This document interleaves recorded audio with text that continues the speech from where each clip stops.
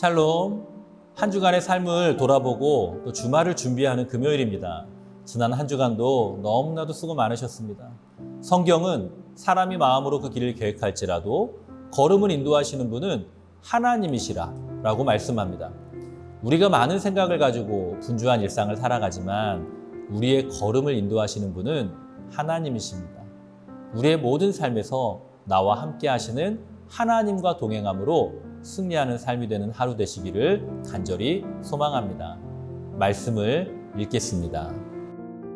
그러므로 너희 중에 약한 자와 병든 자가 많고 잠자는 자도 적지 아니하니 우리가 우리를 살폈으면 판단을 받지 아니하려니와 우리가 판단을 받는 것은 주께 징계를 받는 것이니 이는 우리로 세상과 함께 정죄함을 받지 않게 하려 하심이라.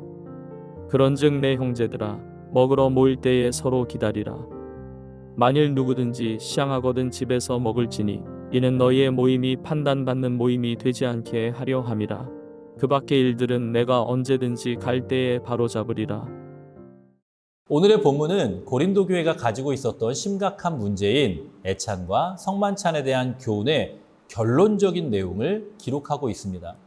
오늘 본문의 30절에서 그러므로 라고 시작합니다. 이것은 앞서 말한 고린도 교회의 잘못된 모습으로 나타나는 결과에 대한 내용을 언급하기 위한 접속사입니다.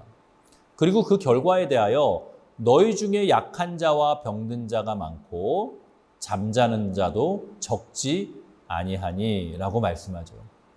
이 구절은 성경을 해석하는 데 난제가 되기도 하고 말씀을 듣는 우리에게 불편함을 주기도 하는 말씀입니다.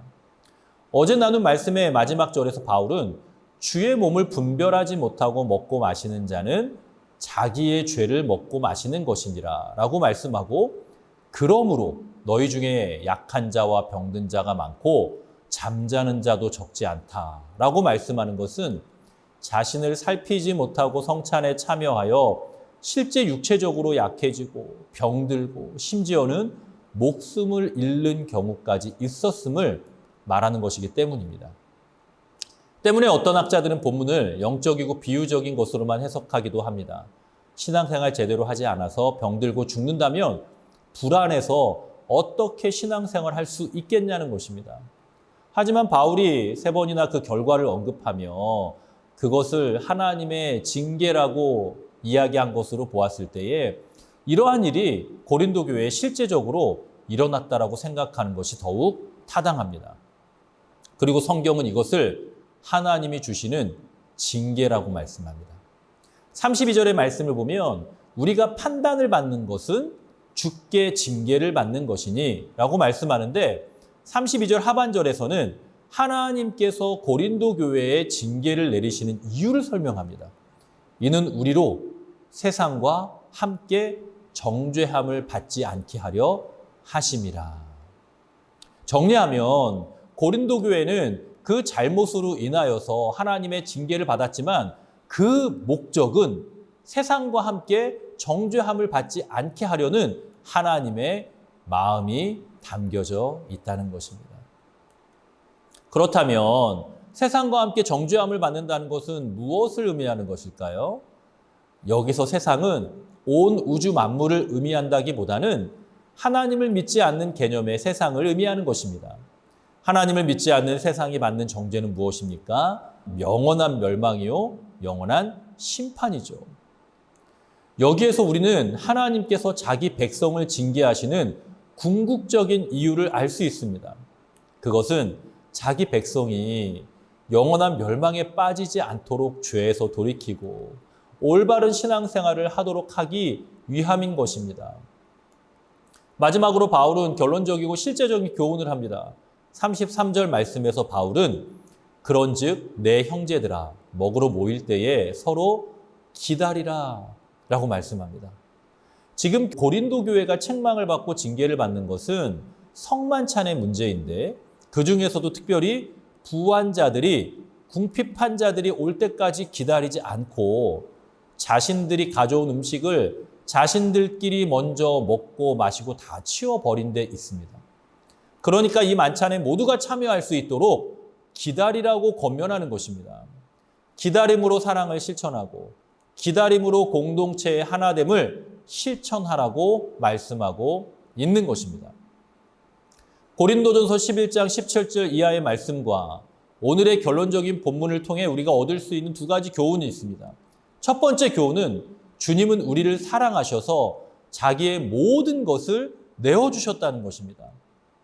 갈라디아서 1장 4절은 이렇게 기록합니다.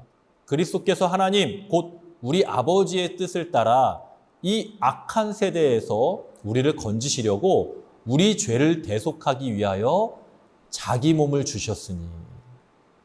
주님은 나를 구원하시기 위해 십자가에 달려 모든 물과 피를 쏟으신 것입니다.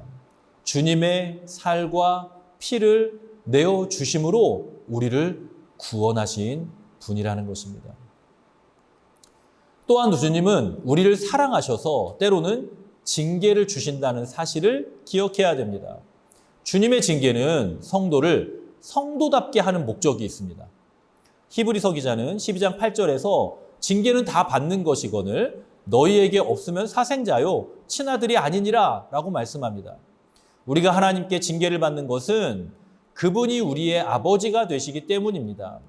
죄에서 돌이켜 하나님과 가까이 하시기를 원하시는 하나님의 마음이 그분의 징계에 담겨져 있는 것입니다. 그러므로 우리는 성만찬의 말씀을 통해 무엇보다 하나님의 사랑을 깨닫고 감사하는 삶을 살아야 합니다. 사랑하는 성도 여러분, 그 하나님의 사랑 안에서 오늘 하루와 모든 삶에서 승리하시기를 주님의 이름으로 간절히 축복합니다. 함께 기도하겠습니다. 살아계신 아버지 하나님, 은혜를 감사합니다. 바울이 고린도 교회에 편지한 이 하나님의 말씀을 통하여서 하나님의 사랑에 대하여서 우리가 교훈을 얻었습니다. 여전히 하나님께서 나를 사랑해 주시는 줄로 믿습니다. 여전히 하나님께서 우리 공동체와 우리 교회를 사랑해 주시는 줄로 믿습니다. 우리 모든 성도님들이 그 사랑 가운데 거하여 하나님과 더 가까이 나아가는 삶을 살게 하여 주시옵소서. 지난 한 주간의 삶을 돌아보는데 하나님 연약한 모습, 부족한 모습, 하나님 앞에 잘못한 모습이 너무나도 많음을 고백합니다. 하나님 앞에 회개하오니 하나님 용서하여 주시고 주말과 주일을 준비하는 이 금요일 하루를 하나님이 기뻐하시는 삶으로 나아가게 하여 주시옵소서. 하나님, 우리 성도님들의 모든 삶에서 하나님 주시는 강건함으로 나아가게 하여 주시고 하나님의 위로와 평강이 넘치게 하여 주시옵소서. 믿음으로 신앙으로 승리하게 하여 주시고 담대히 복음을 전할 때에 우리에게 보내주신 그 영혼들에게 복음을 전하며 구원의 씨앗이 심기어지며 예배의 열매가 맺어지는 놀라운 은혜를 경험하는 우리 모든 성도님들이 되게 하여 주시옵소서. 감사를 드리고 축복하며 예수님의 이름으로 간절히 기도드리옵나이다. 아멘.